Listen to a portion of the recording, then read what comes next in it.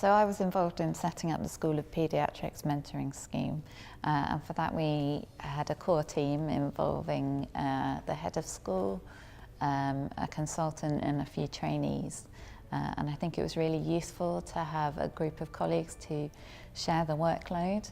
Even though it's not a huge burden, it's always useful to have someone to discuss things with and to take other people's opinions. Setting up a mentoring scheme, you need a core team of people who are going to lead it, who the new mentors can go to for advice, who can escalate to someone more senior than them. And in medicine that would usually, but not always, be a consultant or a team of consultants to help. So when we set up our mentoring scheme, we've identified lead foundation trainees in year 2, then they've identified a team of F2s to help them, and I've enlisted the help of educational supervisors for the F2s to go to if they're struggling with a question, and of course I'm happy to help anyone, so that's fine too. Our scheme was set up by Dr. Hamid, who drew from his contacts and the people that he'd worked with, who he approached them to see if they were interested, and then we built from there. You could use the postgraduate centre, you could use HR in some hospitals is an absolutely fantastic resource actually, and have a Facebook page with the trainees on it and so on and so forth. Finding people that were keen to be mentors wasn't a problem.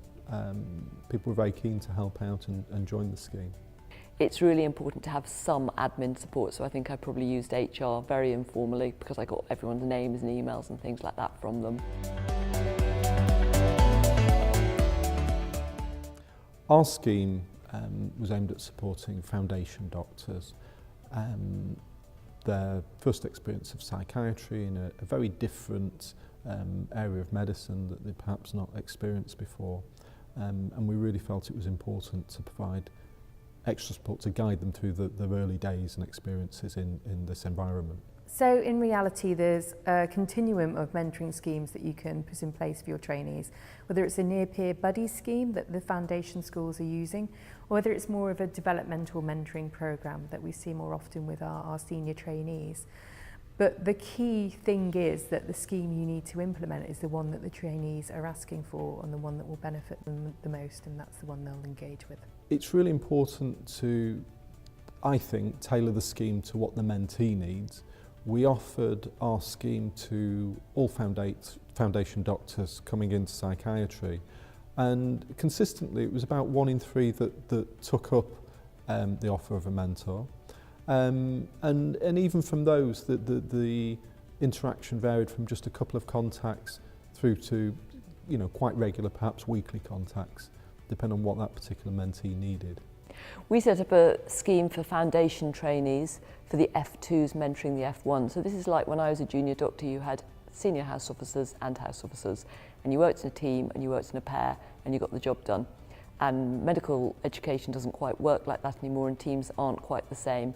So we thought it would be really nice for newly qualified doctors to have someone who's just a bit more senior for them to act as a soundboard, to go for a cup of tea with, to go to the pub with after work and just say what was bothering them, particularly as we have 26 new foundation trainees straight out of medical school in August, at least 13 of who have not come from the east of England. So they really, some of them just don't know anyone. It was flexible. I think that was the most important thing about our scheme, is it wasn't too restricted in the structure, and as I've said earlier, it was very mentee-led. Into F1, I contacted them all and said we are setting up a mentoring scheme. These are the names of the 2 F2s who are going to be doing it. They will be contacting you, asking you a little biography about you. Are you interested in music? Are you interested in running? So we can pair you up with someone who shares something out of medicine or even inside medicine. Are you an academic trainee? Did you train in Scotland? Something that you're interested in that you would like a shared interest in.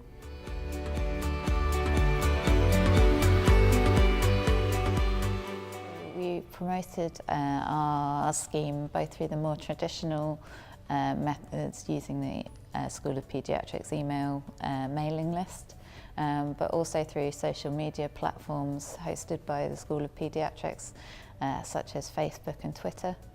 We also launched our scheme at a School of Paediatrics Resilience Study Day. Foundation doctors joining the trust were all emailed and offered the chance to take part in the scheme. And it was left up to them. They were sent a couple of reminders, but it was very much left up to them whether they wanted to join or not. So in our scheme, the two foundation trainees in year 2 who were leading the scheme had a whole day's training regionally in the east of England, and then they set up a couple of lunchtime sessions for they were F1s at the time, for the F1s who were staying on for F2 in our trust. I contacted the F1s who were moving to West Suffolk from Addenbrooke's and said, are you interested in doing them? And then put them in contact with the scheme leads.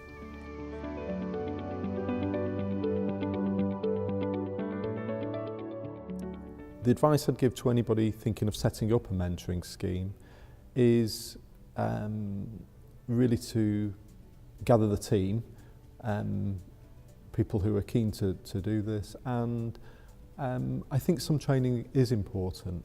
I think it helps you to realise the limits and exactly what it is you're trying to deliver. And so I'd recommend getting some training before you start. We ensured that all of our mentors had had training before they were able to participate in the scheme.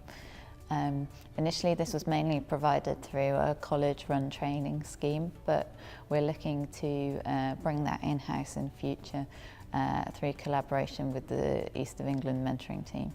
We discussed what we wanted to achieve as mentors and how we were going to go about it, and basically how the scheme was going to run. And what support was available for the mentors themselves. And then as we progressed, we managed to arrange specialist training, which was really helpful.